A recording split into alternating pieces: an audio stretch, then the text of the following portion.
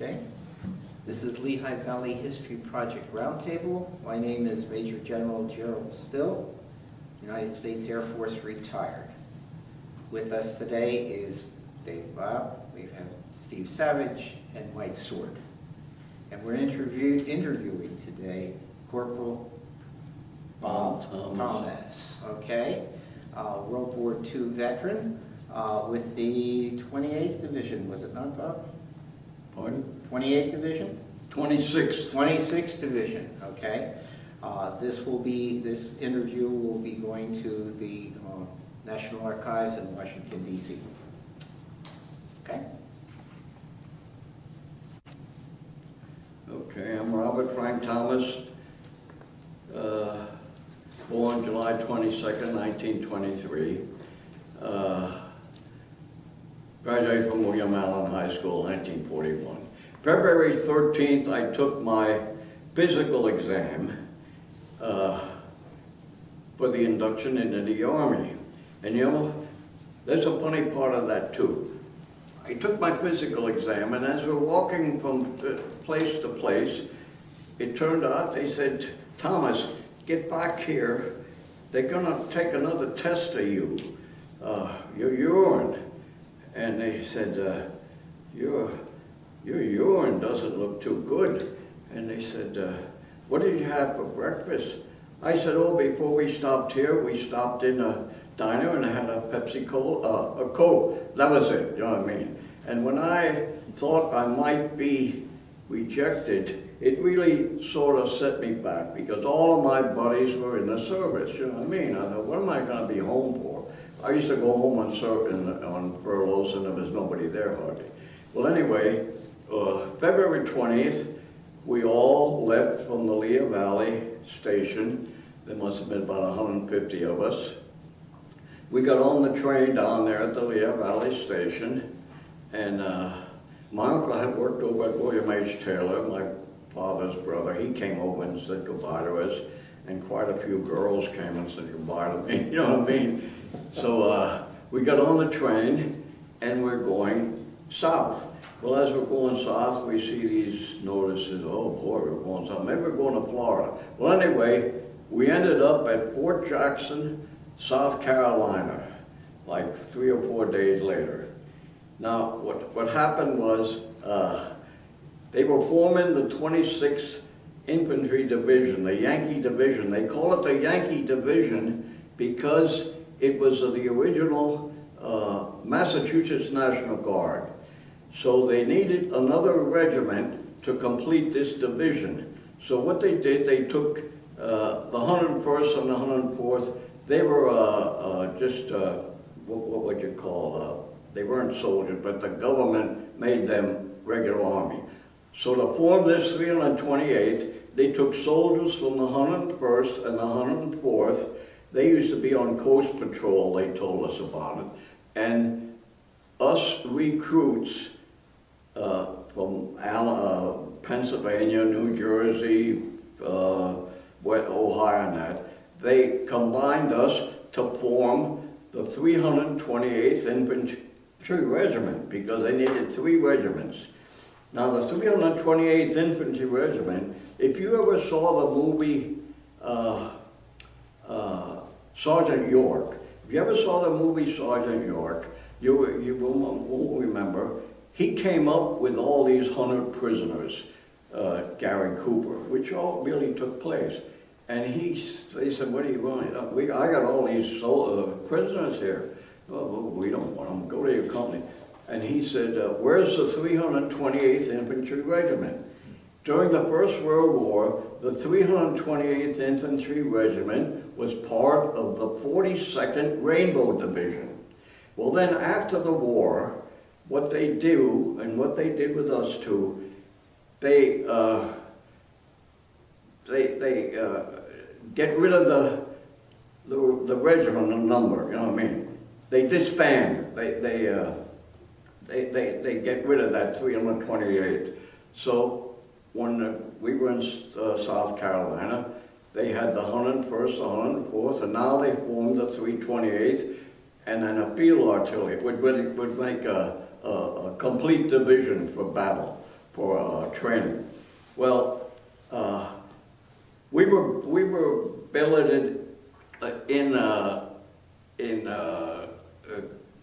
Fort Jackson, South Carolina, and we were billeted in a wooden barracks. There was about all separate barracks. There was about 10 of us in each barracks, all the way listed, lined up back to the latrine in the back. Well, it so happened that I was assigned to this barracks, which was right next to the company orderly room. Every company had an orderly room, it was called, where the first sergeant had his desk, the company commander had his desk, and also there was every company had a mail clerk that took care of the mail. And anyway, and the mail clerk also took care of the laundry list. Every 2 weeks, we would turn our dirty clothing in. And you had to mark all your clothing with a indelible. Mine was like T1283. My serial number was 3349-1283. So I had to mark all my clothing T1283 in indelible, so that when you turned it in to the laundry, they could just send it back to you. So anyway, I'm in this barracks the one night, and right next to the first orderly room, and the mail clerk was billeted there too. So I'm sitting in the back of the room one night, and here this mail clerk, he's sitting down on the floor with his typewriter in front of him on his bed. And he's there he had to type up a list of the laundry list. So he's there, you know, boom, boom, boom, boom, boom, boom, boom, boom, boom, boom. So I'm sitting back there, very astute in typing, you know what I mean? So I finally went up to him and I said, hey, you want me to help you? You know what I mean? Can you type? Oh yeah, so I sat down there and I went through it. Well, I typed it up. Well, the next day he went to the orderly room. See, this all pertains to where my first 16 months were. He went to the orderly room and he must have told the person, he said, boy, you see that kid Thomas? That boy, can he type? But right away, the first sergeant, light bulbs lit up. So a couple of days later, we'd go out for reveille, then we'd go to have the breakfast, and we'd come back in the barracks. And they said, hey Thomas, they want you up in the orderly room. So here this first sergeant figured, he had a lot of typing to do, I'm gonna use this kid, you know what I mean? So he said, okay Thomas, now here, you can type. They had to do the morning report and all different things. So he used my experience. So I'm there, and the next thing you know, the company clerk comes in. Every company had a company clerk. His job was, he worked in the personnel office. Every regiment had a big personnel office where each company, anti-tank, I was with anti-tank company, A company was a rifle company, B company, C company. They all had desks with the company records there. They had to type up the monthly payroll, blah, blah, blah, blah, blah. So this company clerk figures, oh, Jesus. So he went to the captain, he said, you know, a lot of company clerks have helpers. He said, I wonder if I can take Thomas to be my helper. Well, the captain figured, I can't refuse him. So anyway, and I went in February 23rd, February 23rd, 30th, and he took me as his company, as his assistant. So basically, I spent time with him as his assistant. Some things I had to do with the company was like go on the rifle range, but I didn't have to make these 25-mile hikes. So I basically was back to almost a civilian job, you know what I mean? So I'm working with this company clerk, helping him, you know what I mean? He was quite a character. A couple of days later, he said, you know what, he said, I'm putting in a transfer to the paratroopers. Oh, well, a couple days later, he come back, he said, you know, I'm going to the paratroopers. He said, you're going to take over here, you know what I mean? So come April of 43, from April of 43 to August of 44, I was basically the company clerk, you know what I mean? I had gotten a lot of, the company clerk was sort of not an exceptional person, but you know what I mean, he was, even though I was only a corporal. So anyway, I was a company clerk. Now, my sister was married to Dick Hoover. Did you know Hoover from Hoover Jewelers? He was from Hoover Jewelers. He was in the Marines. Well, in June and in April, they were down in Camp Lejeune, North Carolina, and she had a baby April of 44. So I went down and visited her and came back. In fact, I remember when I came back to the camp after my furlough down there, the radio was on, D-Day, you know what I mean? Okay, so that's June 6th of 44. So I'm still the company clerk. Now, the order come through. In fact, I had a copy somewhere along the line. I found this notice here, which says restricted headquarters, 26th Infantry Division, retract. This is subject, movement order. So this was the order in August 2nd that we were moving, that we were, you know what I mean, we were moving, going overseas. And I don't know, I found this thing. It says, Dependents Dare Not Company, you know what I mean? You're heading to New York for transportation. So anyway, the beginning of April, when this came out, all furloughs were canceled. But somewhere along the line, somebody in division said, okay, all furloughs are canceled, but we're going to give 3 persons in every company that we feel is deserving to go home, you know what I mean? So they came up to me and they said, hey Thomas, would you want to go home, you know what I mean? Everybody else couldn't go home, the furloughs were canceled. Well, my sister had been home at that time. Her husband had moved out, and she had out of a house in Camp Lejeune, North Carolina, and she moved home with my mother and father on 12th Street with my newborn nephew. So they said, hey Thomas, you wanna pass to go home? Yeah, sure, I wanna pass to go home. So I worked in the company office, so they said, well, tomorrow you can pack up your things and get on the train and go home to Allentown for 3 or 4 days and visit. So I'm working in the company office, but there was another fellow that I graduated with. His name was Curtis Acker. He also graduated with me, but somewhere along the line initially, he was made a company clerk. So he was a company clerk of C Company.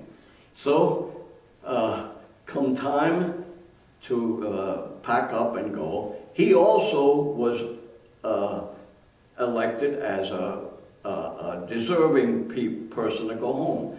So he and we went to work in the office that morning. Then noontime, we went back to our barracks, loaded up, and went down to the train station. But we had the personnel office had an officer who was in charge, and they also had an enlisted man who was more or less the boss of the office, you know what I mean? So come lunchtime, after lunchtime, this Lieutenant Doherty says, where's Thomas and Acker? Well, the fella says, oh, they're going home on pass. He said, what? He said, no way. So he got this sergeant, St. Cyr, he reminded me of Jackie Gleason in a way. He was a short head. He said to him, he said, you get your ass in a Jeep and get down to that train station. So I and 2 other fellows from my company are waiting, and Acker's waiting there too. This Curtis Acker to come home. This Jeep pulls up, and this St. Cyr gets out of the Jeep, and he says, Thomas and Acker, get your butts back in that Jeep. You can't go home. We got all this, we're going overseas. We got all this typing and all this paperwork, you know what I mean, to work out.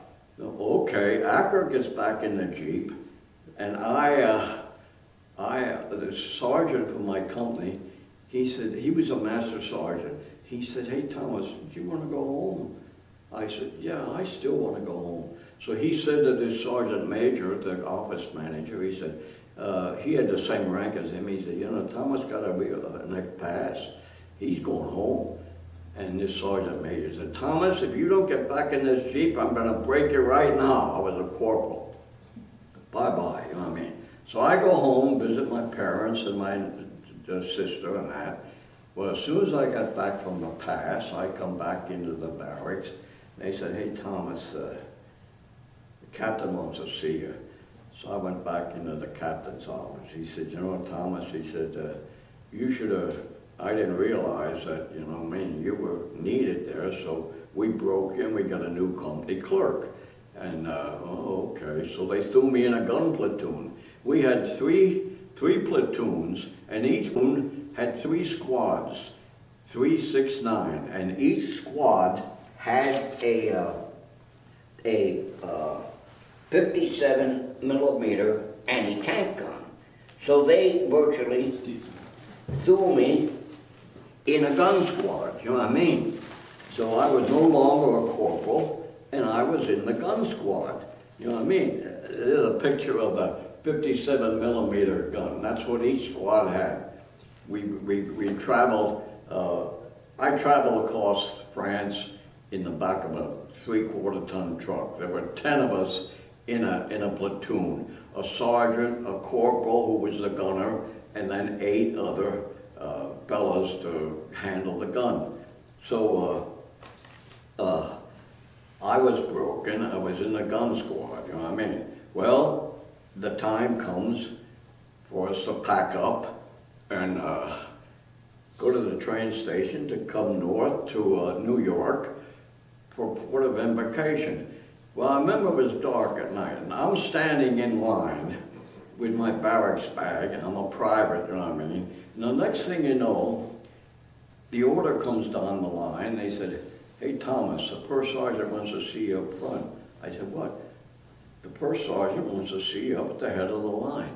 Well, I'm a 28-pound weakling, you know what I mean? Well, I'm marching up this line, and I'm saying, that son of a bee, I'm going to kick the out of this first sergeant out of.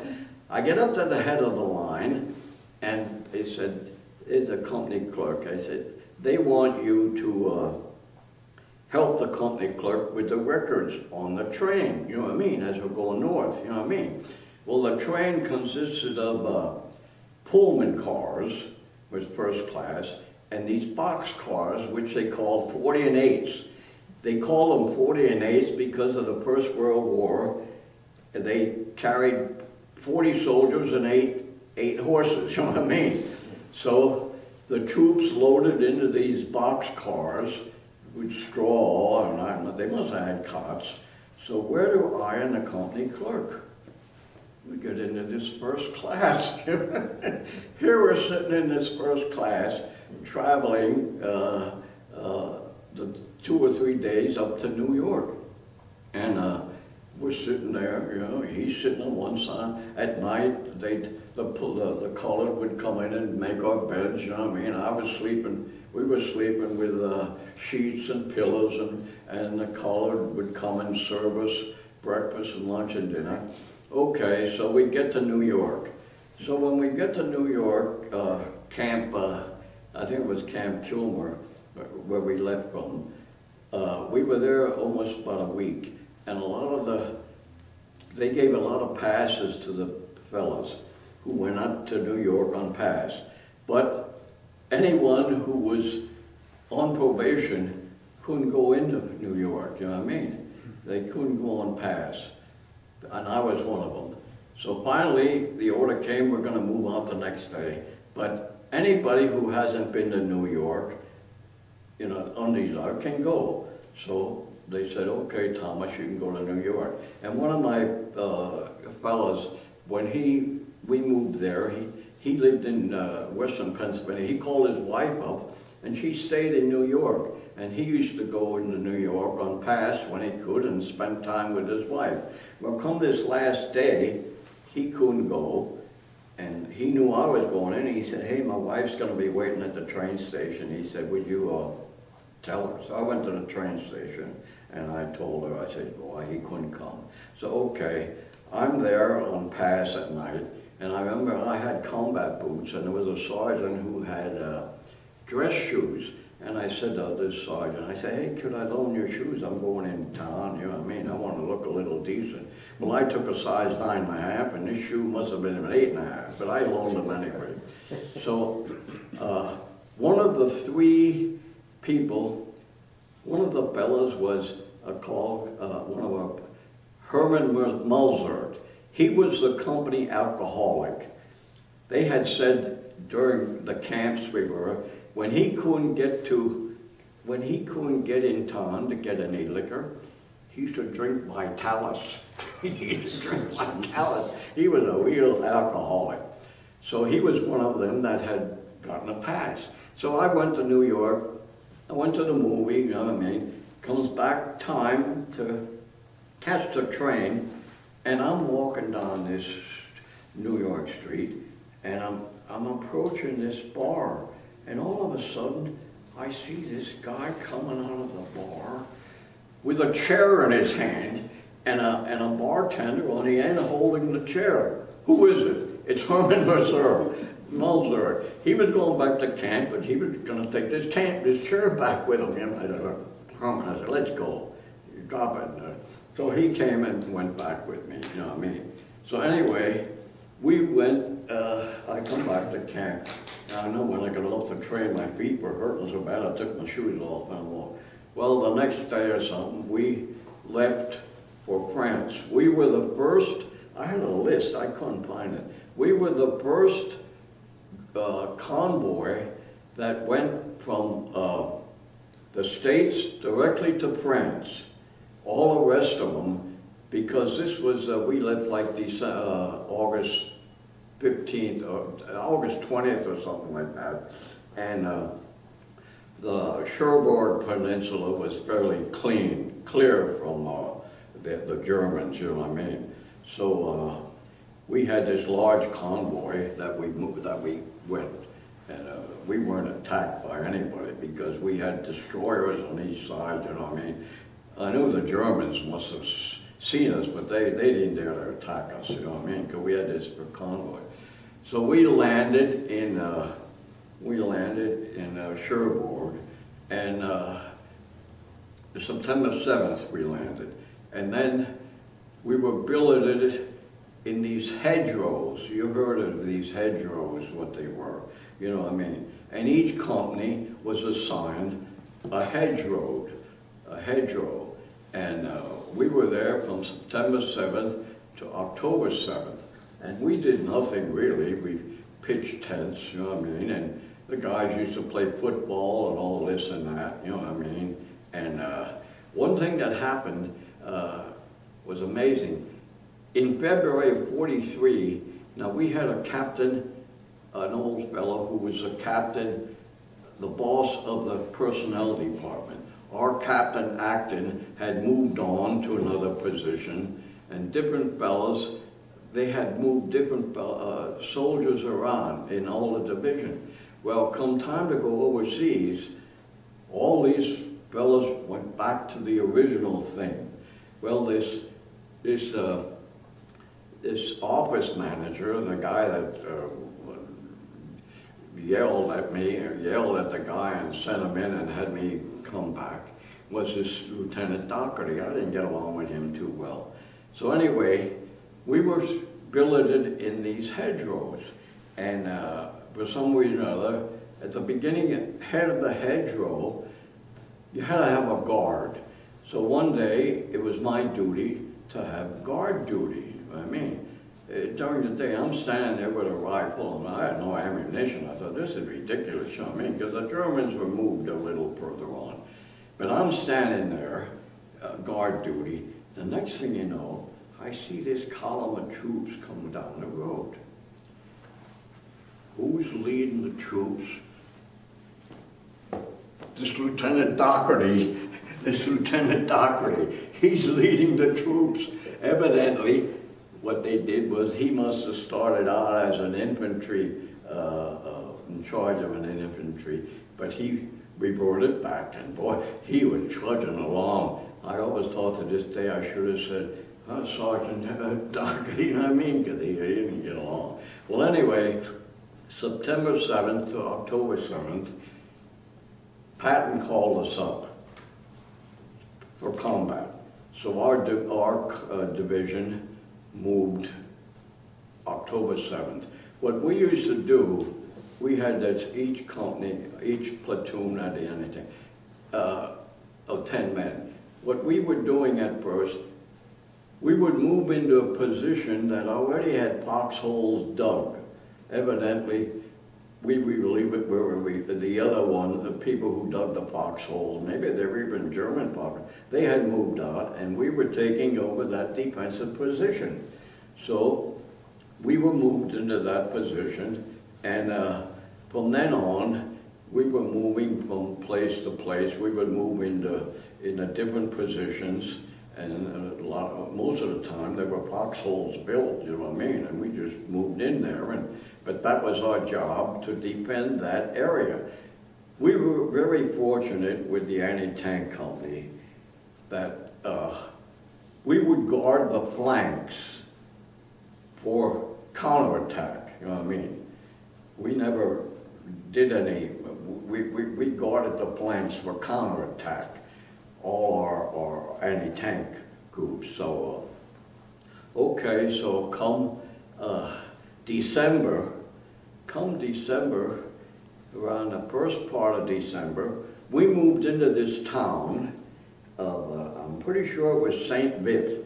You know, since I've been home, I keep a calendar of everything I do every day. I only wish I would have kept a record of these towns.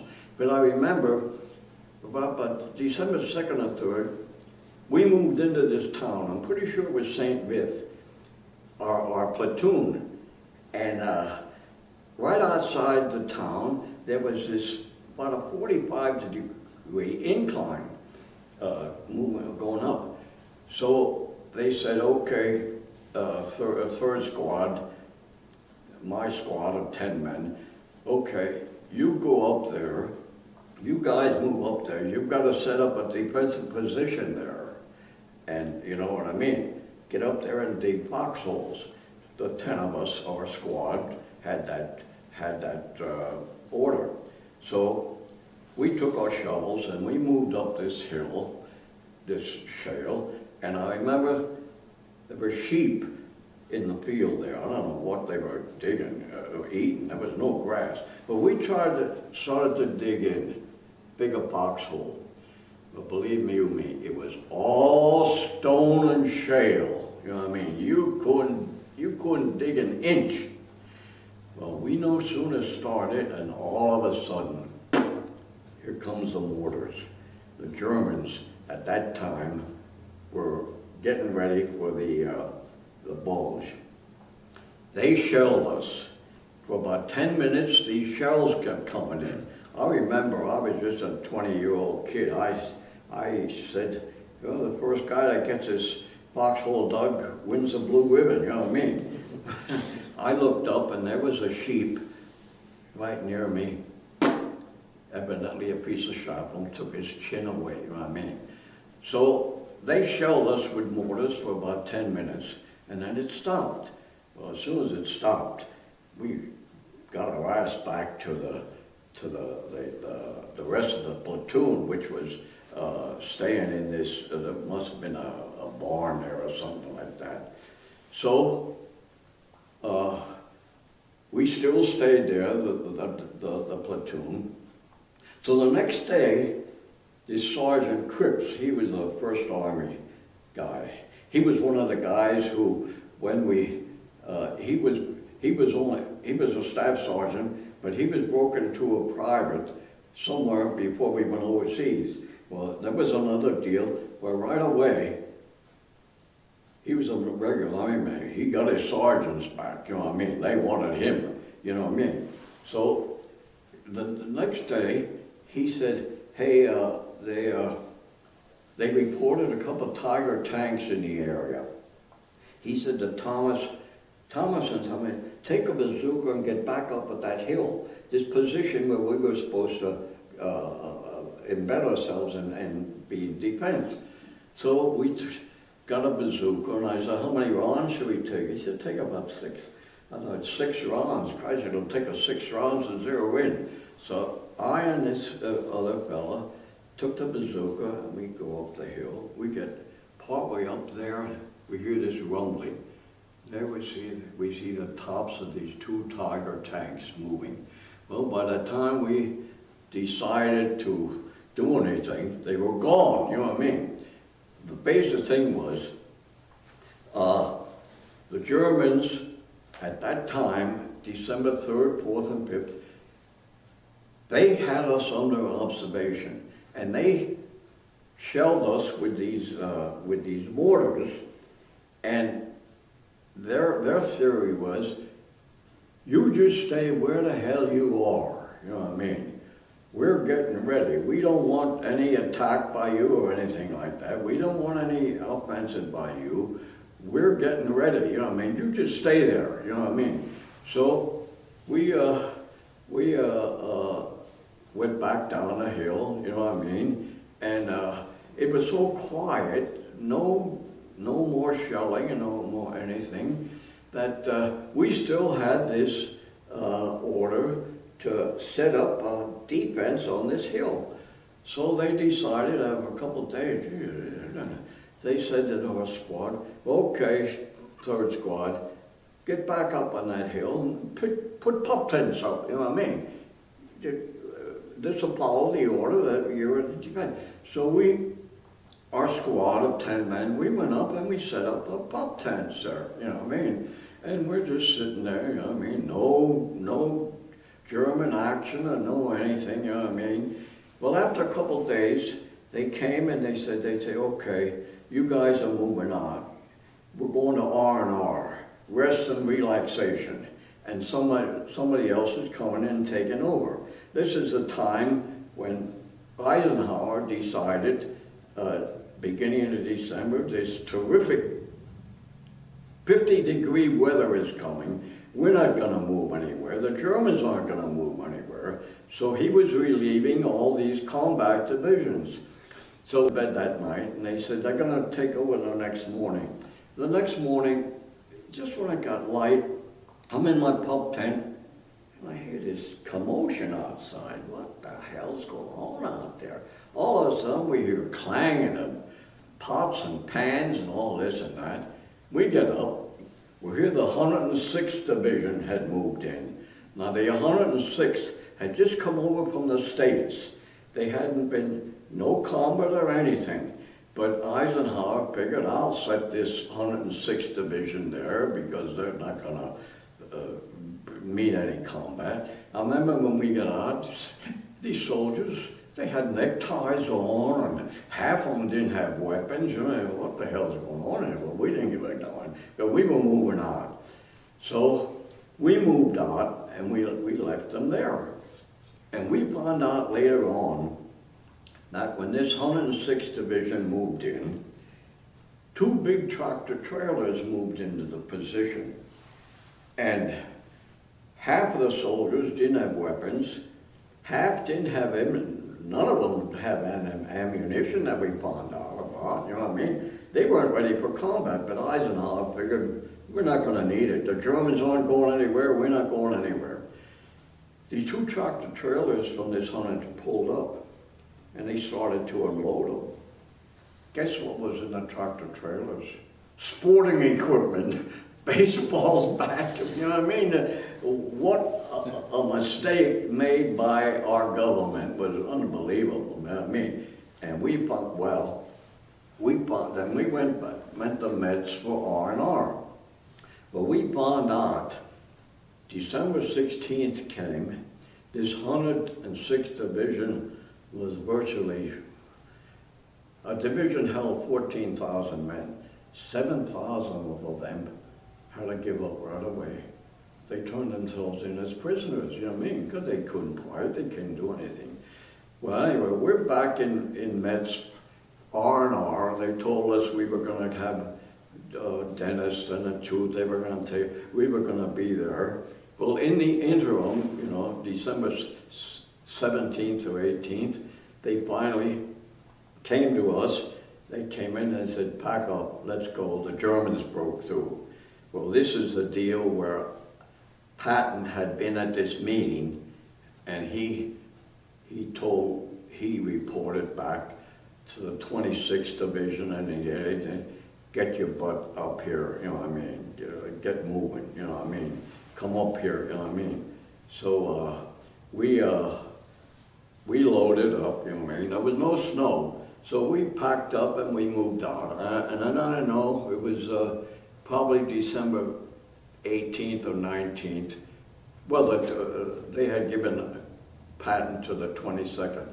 Well, we loaded up and moved into this position in this night, snow. It was under in a forest, and I remember you always had to stand guard duty. Your company always had to spend 2 hours guard duty at night, and you'd get a password. You were given a password every night.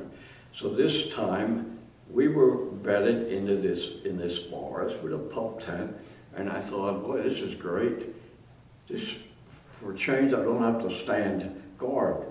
Well, I'm in my pup tent. Next thing you know, the order comes through. Let's go. The 101st is trapped in Bastogne.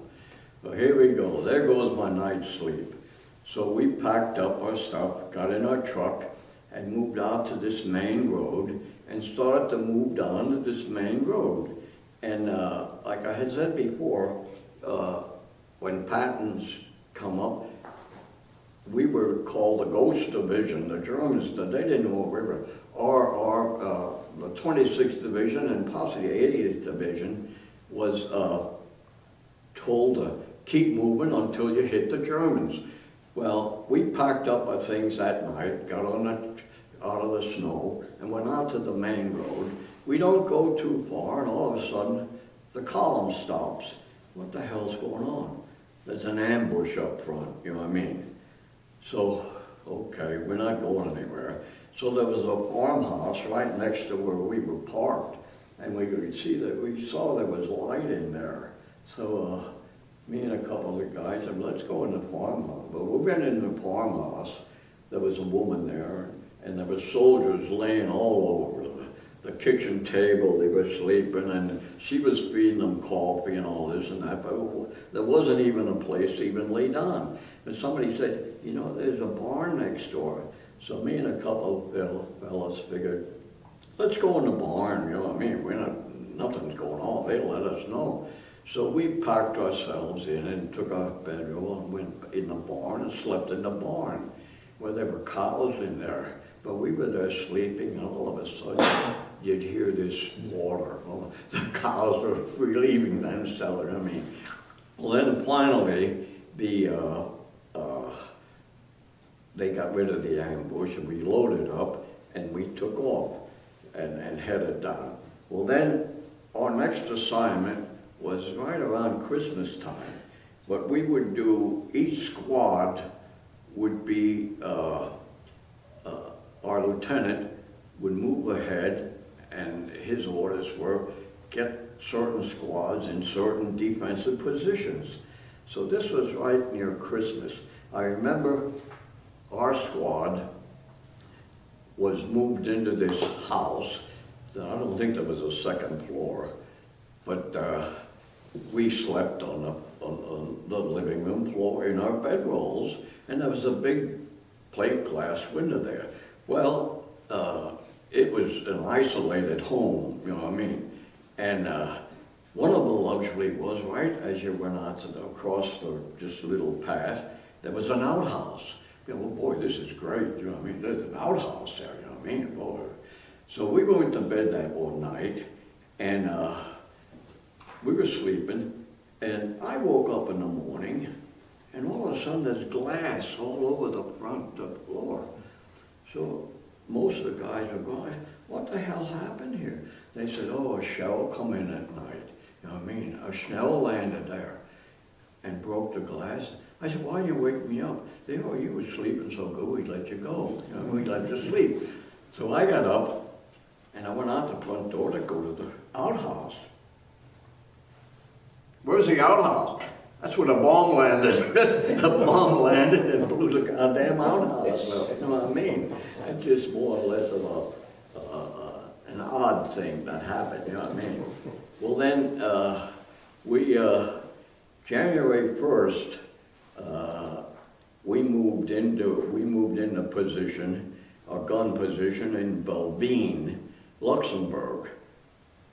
We moved in, and we had the assignment of guarding one of the roads that led into this Belvine. This was January 1st, New Year's Eve in the 45. So right at this road was this bombed out house, but it didn't have a second floor, but there was rooms inside. In fact, I think the one time there was a turnip bin there. I remember a couple of us stepped on top of the turnip bin, you know what I mean? So we had about 2 foot of snow by that time. And at night, we'd have to get up and go to the bathroom. We'd just step right outside the door and relieve ourselves, you know what I mean? Well, after a couple of days, this 2 feet of snow got down to 1. Finally, it got so low, somebody said, there's something underneath there. That was a dead German there. He was frozen, you know what I mean? He had been there all the time, you know what I mean? So that was January 1st. So January 1st and 2nd came, February came, and we were in different gun positions. Well, come March of 45, we were pushing the Germans so fast, they were moving so fast, you know what I mean? They didn't battle these towns, they just moved on, you know what I mean? They were on the retreat. So they took our anti-tank company and made us military government, you know what I mean?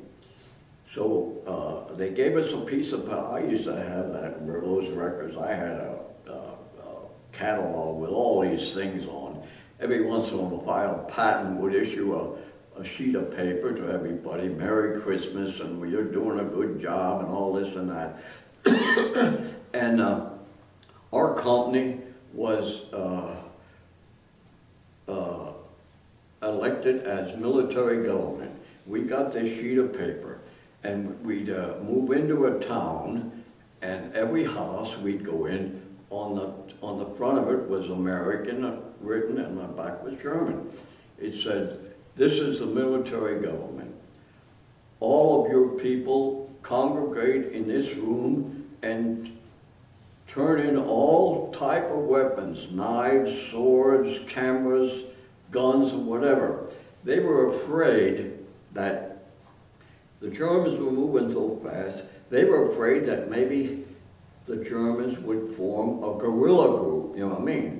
And they'd have these guns and weapons, and you didn't know how many people that were in that house had been a soldier, you know what I mean? Maybe he was to be Jesus to his clothing all, but he was there. And they were afraid that maybe they would form guerrilla groups.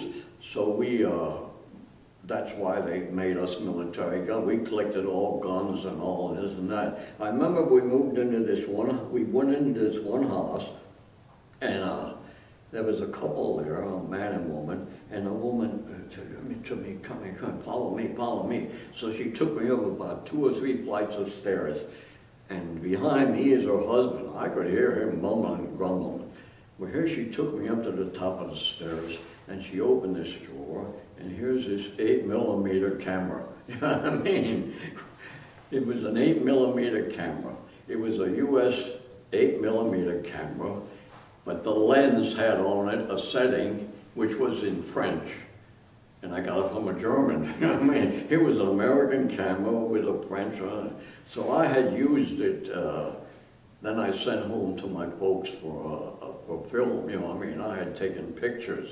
So March, April came, and we moved, just kept moving on and on. No battling. The Germans were just going. Well, come May 8th, the war was over. I mean, and we moved into 8th or 9th. I remember we moved into some big house, a mansion. It was a big mansion. It had a circular stairway, well, and a big courtyard. And across the courtyard was a small building, and some civilians were living there, staying in there. Well, we billeted ourselves in this home, and then one night somebody said, we heard some commotion. We said, what the hell's going on? Here must have been about 100 German prisoners. Somebody had these 100 German prisoners, and they were moving them around, but they had no place that night, so they put them in this courtyard to sleep, you know what I mean? So they were sleeping in this courtyard, you know what I mean? And I remember we had one guy from around, but he was a bugger. That night he went out to the courtyard.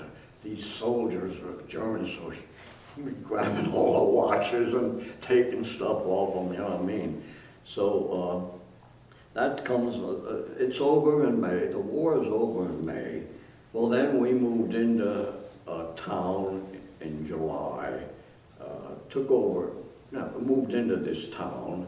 It was a town, it was a little village. It was only about half a mile long with homes on either side. We stayed there for the month of July. Well, then August, we moved out, and we moved into Linz, Austria. I mean, we moved into Linz, Austria, and our company had gotten the job of, there was a bridge that, it was right on the Danube River. Linz was on one side and Erfurt was on the other.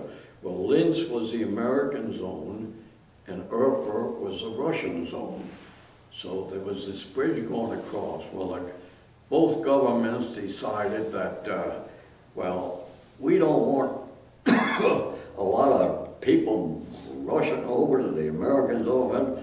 They had to have a pass if they lived in the Russian zone and worked in the American, they had to have a pass to move over there.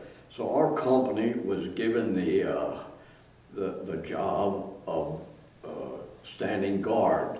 That's when I had worked with the Russians, and the Russians also had soldiers there, and we built 2 wooden sheds on each side to cover us, you know what I mean, in case of rain.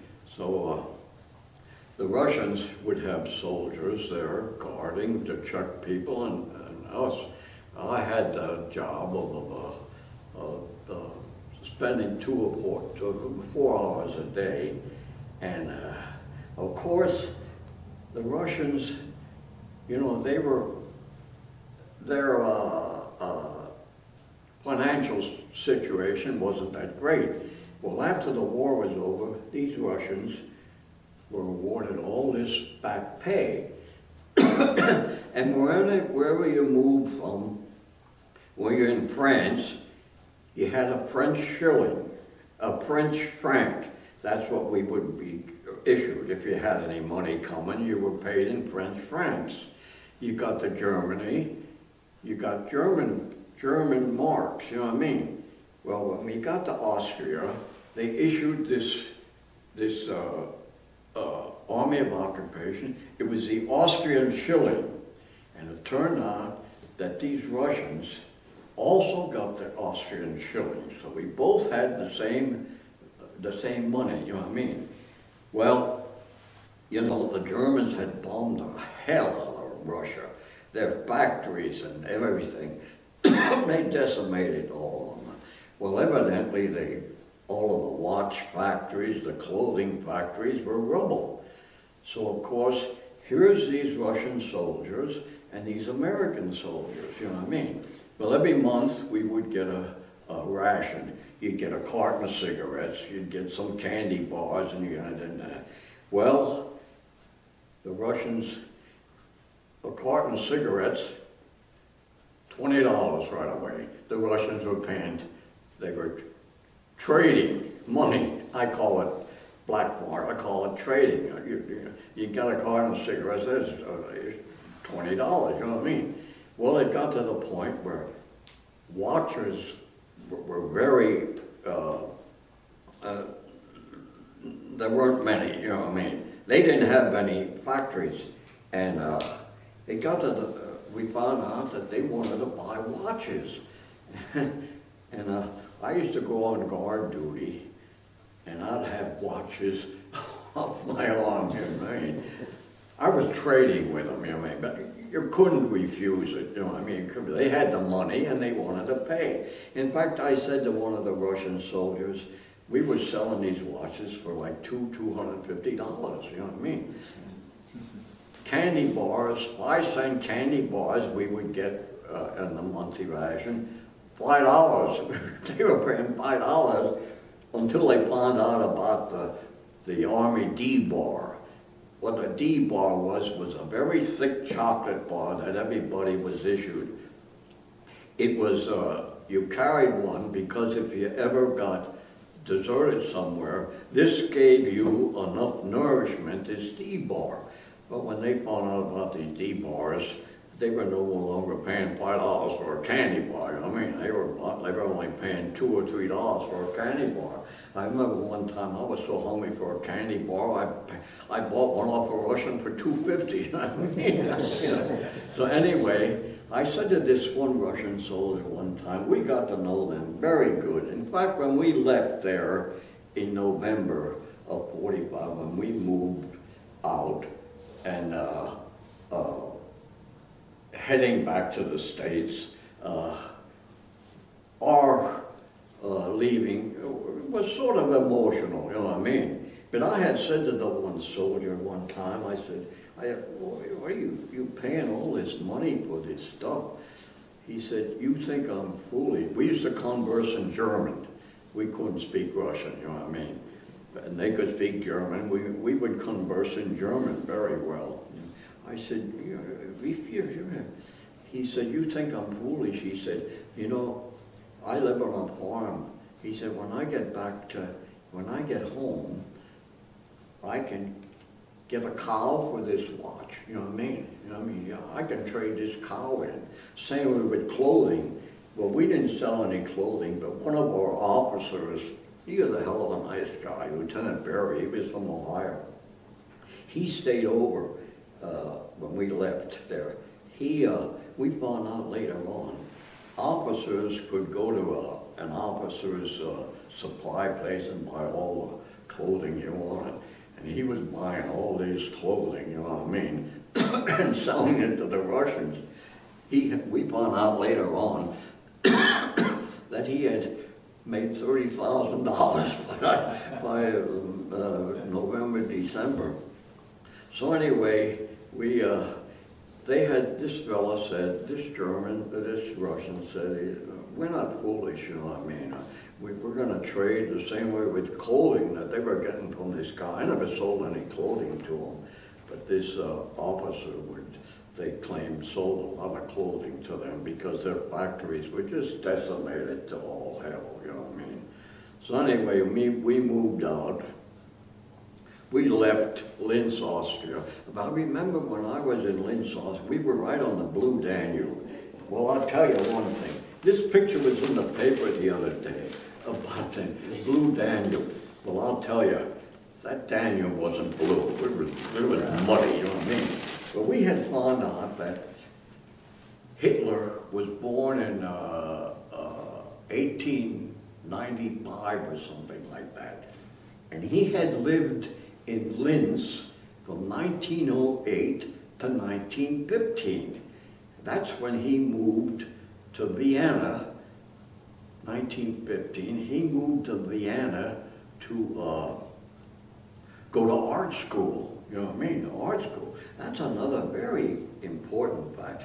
He went to art school and took an exam and flunked, you know what I mean? Then he took the exam again and flunked. You know, if he would have ever passed that exam, what?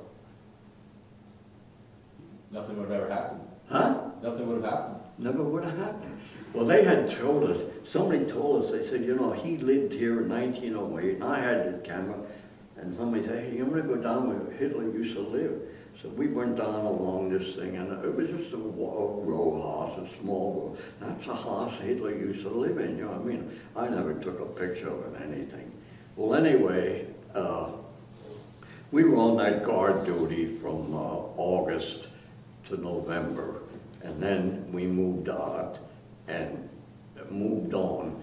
Another thing that happened with this bargaining, we went on barracks. We were in Linz. We were staying in about a mile off, right along the road, right along the Danube. It had been a barracks from somebody, some soldiers or something like that. I remember we were in the barracks one day, and somebody said, hey, there's a truckload, there's an Air Force gang out there with a truckload of cigarettes.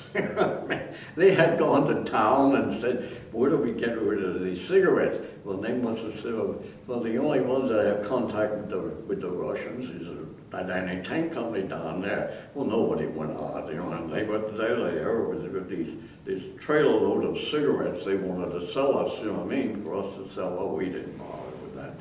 So anyway, we moved getting back to the company clerk business.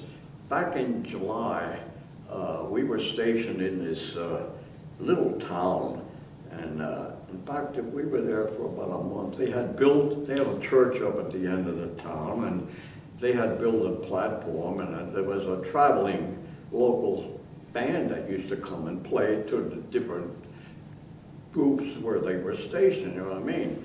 I remember when I was there, and the captain said to me, this was July, he said, hey Thomas, do you want to be the company clerk again? We need a company, I don't want to be the company clerk, I mean.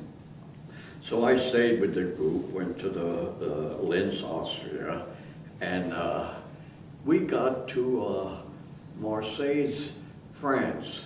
That's where was the port of embarkation where you lived. They had these camps, they were called cigarette camps. And we were staying at Camp Pittsburgh, and there was a Camp Lucky Strike and a camp this and that. They had tents where you were billeted, and you could tell they had a bulletin board when your ship was leaving, you know what I mean? Well, here again, they said to me, hey Thomas, you want to be company clerk? I don't want to be company clerk. So I went back to my tent, and of course, I was involved in this trading with the Russians. You know what I mean? You couldn't resist it. So I had about $700 in Austrian shillings. Well, the story came out that you could only exchange so much of these shillings into American dollars. And each guy had a record, like if he had $100 that he could turn in, maybe he only had $50. Another guy, maybe he could turn in Austrian shillings, $30, and he didn't have a penny. So when they offered me this job at the cigarette camp, I went back to my tent, and I thought, no, wait a minute, Thomas, if you take this company clerk job, maybe you could work a deal. That's exactly what happened. I mean, I took the company clerk job, and when it come time to change the money, I went up to the first sergeant and the captain. I said, hey, how did... So what they did was, if you were allowed $100 and only had 50, they would take 50 of my dollars and put it in your envelope, and he only had $20. No, and I had 20. So when we got on the boat, they took the money out of these guys and gave me the $700, you know what I mean? So anyway, we moved, we were waiting at Marseilles for this boat. Well, it turned out that the boat that we were supposed to take was, somebody rammed it and put a hole in the boat that we were supposed to take, a big hole in the front, you know what I mean? That was a ship we were supposed to take home, our regiment. They put a big cement patch on it, you know what I mean? Okay, the time come to move on, you know what I mean? We got in the boat, you know what I mean? And another boat had left the same time for the States.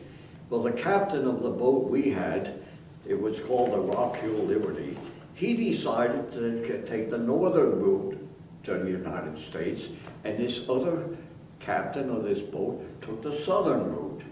Well, this guy made a mistake because everything was nice and quiet in the Mediterranean until we got out into the Atlantic.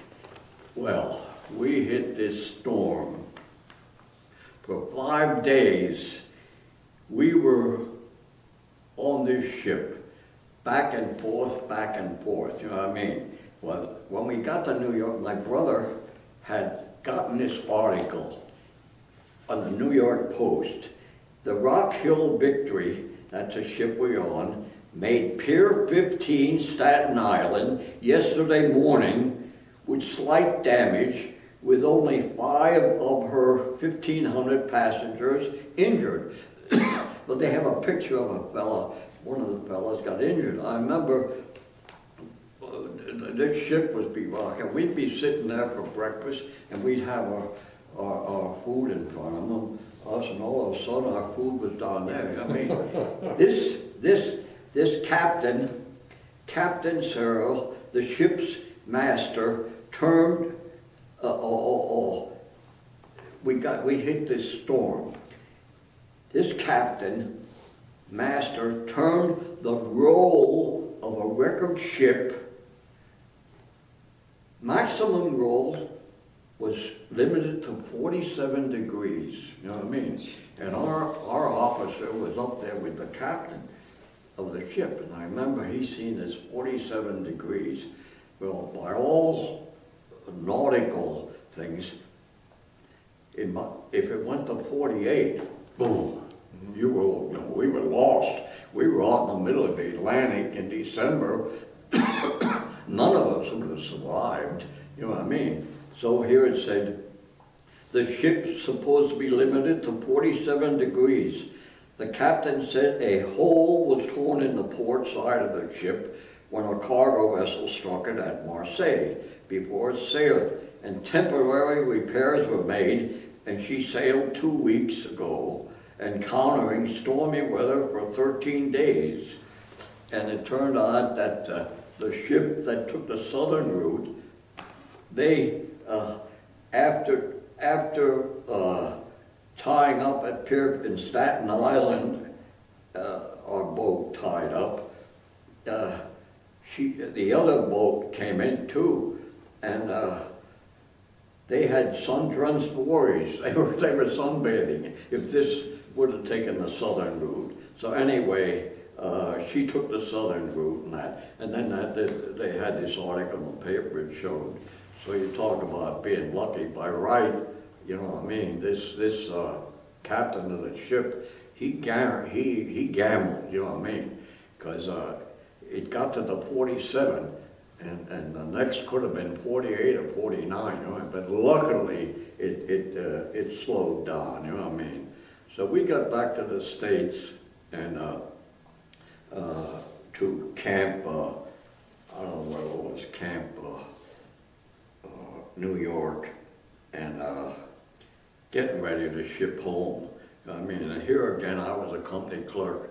Well, when we landed in New York, everybody was going to New York on pass. Well, here I was a company clerk, you know what I mean? I couldn't get the pass. I had to deactivate the company, just like in the First World War. After after the First World War, Sergeant York's 328th Infantry Regiment number, it was shelled, you know what I mean? Well, then in February of 43, they needed another regiment, so they took this 328th number and made our regiment.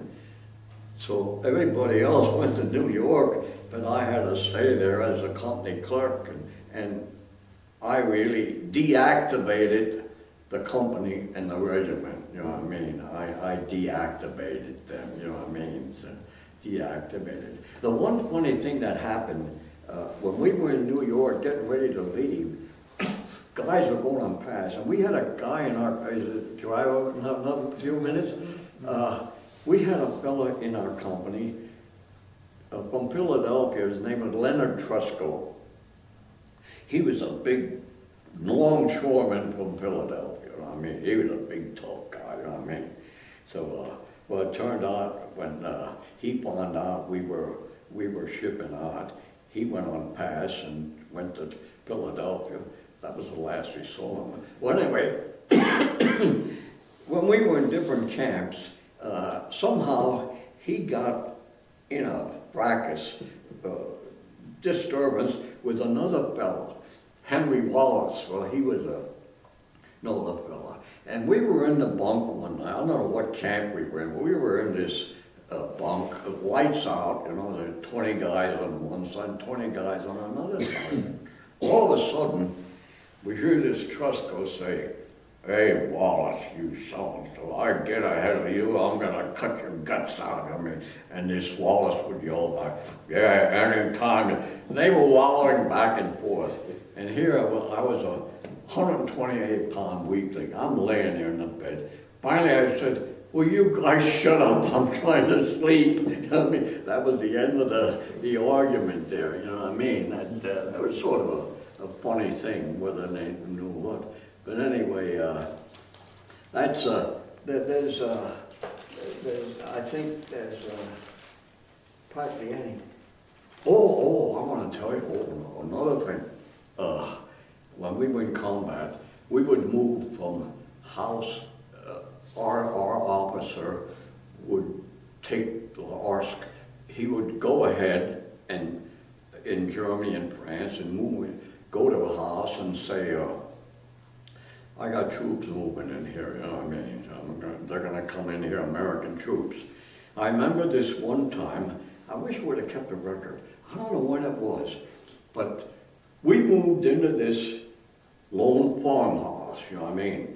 And it was sitting by the road there, and in back of the farmhouse, there was a barn, and in back of the farmhouse was this long hill with a gully, and up a gully, and on the other side, way back there, about maybe 200 yards, was a woods, you know what I mean? And the funny part was, talk about the Army getting screwed up. We moved in, the 10 of us, moved into this house in the afternoon, you know what I mean? And we're standing there, and all of a sudden, coming up the road, in each side of the ditch are these soldiers, you know what I mean? Well, when we had got to that house, the family told us, they said, "You know, the Germans just moved out of here. They just took off," you know what I mean? Well, here somebody sent us ahead there, and here was this rifle company crawling up on hands and knees, and we had been standing there, you know what I mean? Well, they moved on. Well, anyway, the first night or two, we slept in the barn, and then the family said, "Well, you can sleep in the living room, you know what I mean? You can stay in the house, you know what I mean?" Well, here again, you had to have guards no matter where you were, you know what I mean? So there was a haystack out in the middle of this field, and we used to, it was my turn to go out and sit out there, you know what I mean? It was really out in the field. So I was out there, I and one of my other buddies were out there. I'm leaning against this haystack, you know what I mean? I got my helmet off and I'm taking a suntan. All of a sudden, this son of a bitch, there was a sniper up in the woods, you know what I mean? when his troops, he stayed behind, and he was watching us all the time. You know, but I don't know how close we were. We grabbed it, me and this guy, we grabbed our helmet and rushed back to the house. Well, by that time, the rest of our squad had heard the commotion. So they come running out, you know what I mean? And we decided, we found it's a son of a bitch, a sniper up there. Well, we had a 50 caliber machine gun on the top of our truck in addition to the anti-tank gun. Well, we had this Sergeant Cripps. He was this regular Army guy. He was a guy who was a private before and was made a sergeant, you know what I mean? He was a regular Army guy. So he said, he talked about guts. He said, okay, you guys concentrate on that woods. I'm going out there.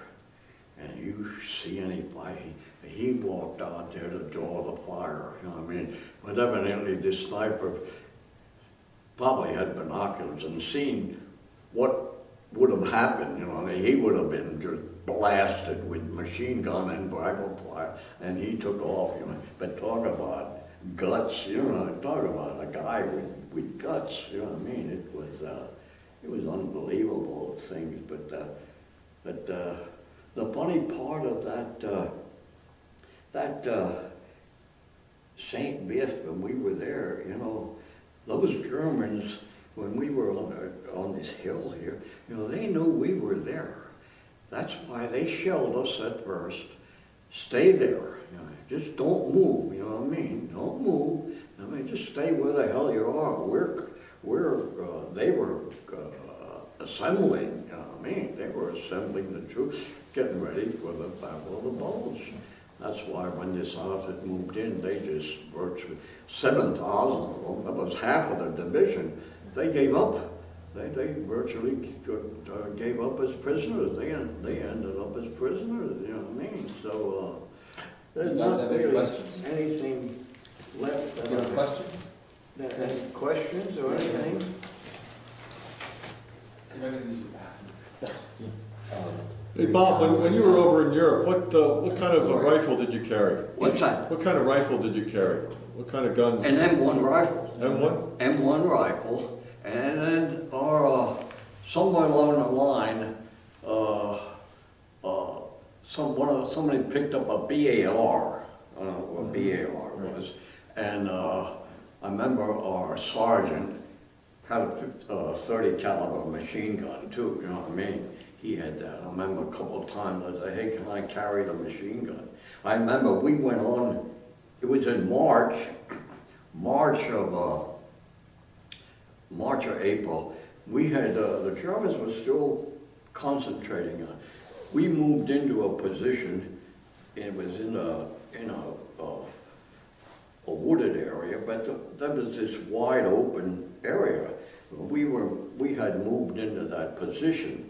Well, we were told, just be careful. The only people between you and the Germans is I Company, a rifle company.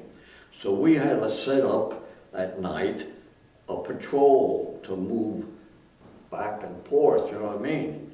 Well, they asked for volunteers. I was the first one volunteer.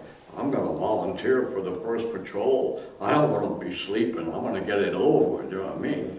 And I was carrying a BAR.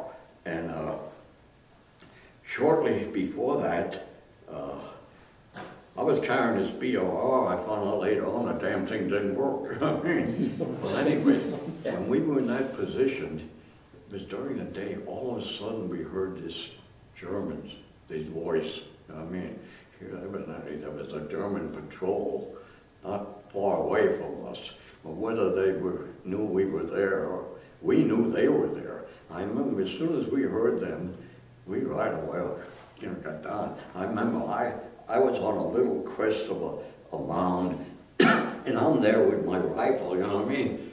And one of my son of a bitchin' soldiers of mine, he's right behind me. I said, get the hell over here, you know what I mean? You weren't covering fire. If he would have shot, he would have shot my head off, you know what I mean? But it's different funny things that that really materialized, you know what I mean? Bob, did you have any contact with Patton at all? Pardon? Did you have any contact with General Patton? The only time, the one time we moved into this town, and it must have been pretty far away from the front, because back in the field, we moved into this house. You know what I mean? I remember right in the front room was this big double bed with shelves on it, and we used to throw our hand grenades on the shelf. And in the field was these 155s. They were called long toms, and we must have been pretty far from the front. Every time they'd shoot off, the goddamn hand grenades would fall down. Well, I remember one day, I'm in this front room, and I heard sort of commotion. And here again, we had a guard outside for some reason or other, even though there were troops all over the place. I looked out the window. Who's going by? In the Jeep, just like you see in the movies, with his 3 stars. It was Patton. He was a bugger, you know what I mean? He was standing up, reviewing the troops. That's the only time I really saw him, you know what I mean? I really saw him. Our officers used to see him, you know, he'd have meetings, you know what I mean, a lot of times. He'd have meetings. I remember came November 8th of 1944, they decided to have a major offensive. I remember our officer went to the meeting of November 8th, and they come back and they said, you know, Patton, we're going to have this offensive. He issued the order for the rifle companies. When you attack, you don't attack and lay down and rest and attack. You keep on moving. He said, you stay up and you keep moving. That was his theory, you know what I mean? Hey, you're gonna fight, you just keep going, keep your ass going, you know what I mean? Don't slow down. He was, that's the only actual thing I had with him, you know what I mean? And he, Any questions here? No, but do you know why the Germans fought so hard in that particular area? why Same they bit what? The Ardennes. in that Ardennes area? Why Why did- they fought so hard? Well, in the First World War, That was part of Germany. they made them move there. Yeah. Well, see, that was part of Germany at that time. Yeah. In the First War. After the war, when they chopped up these different territories, and you know, they gave that Alsace-Lorraine area back to France, and it was German at that time. Yeah. St. Vit, Esterbach, Eupen, Malmedy, that was all part of Germany. That's the part of Germany that Belgium got after the First Yeah, World they War. separated. And they fought so hard for that area because they always considered that a part of their country Yeah. rather than Belgium. Yeah, Most people didn't realize that. Yeah. But so when they did the Battle of the Bulge in that area, when they came in, okay, that was considered by the Germans as part of their territory rather than Belgium. Because what happened after the First World War. You know, he was, Hitler in September of 40, he planned this attack. And he said, we're going to do this in November. Well, von Brandstädt and a lot of his generals got together and they told him, there's no way we can do this in November, you know what I mean? You know, and the irony of it all is, I even thought, if they would have did that in November, they would have run up against the 106th that had no battle. They would have hit us, the 26th, who had combat experience. The 80th had combat experience, you know what I mean? It wouldn't have been it wouldn't have been that easy. They would have ran into experienced combat troops. They would have ran into experienced combat. He made quite a few mistakes. He made that was more or less one of them. You know what I mean? But his generals told him, "There's no way we can do this," but he insisted. They had taken, by that time, we had control of the air, and the Goring's Air Corps was virtually decimated. He got air pilots. They didn't have any planes to fly. You know what I mean? He formed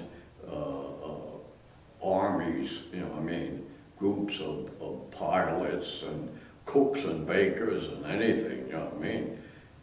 Just like when we were attacked, you know what I mean? Everybody would cook and baker, you know what I mean, for the Battle of the Fall, you know what I mean? So he had a heck of a time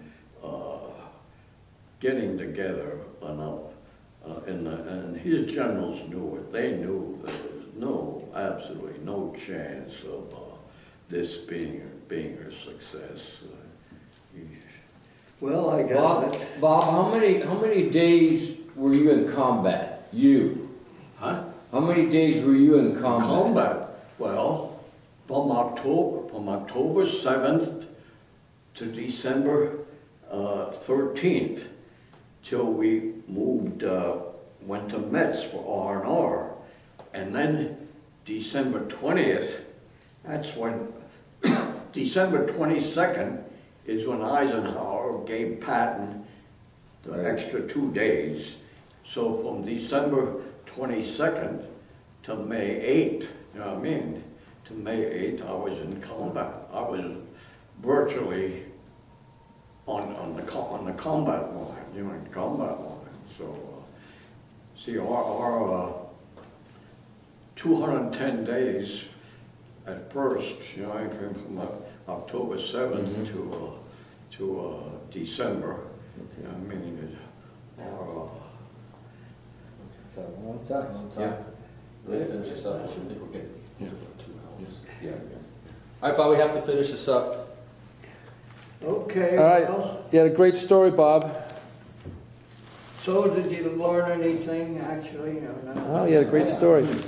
Bob, I want to, We're very, our division is very active. Bob, we have to finish this up. Huh? I got to finish this up. We have to stop. I want to thank you for the service to our country. It's been an honor to do your interview. Thank you.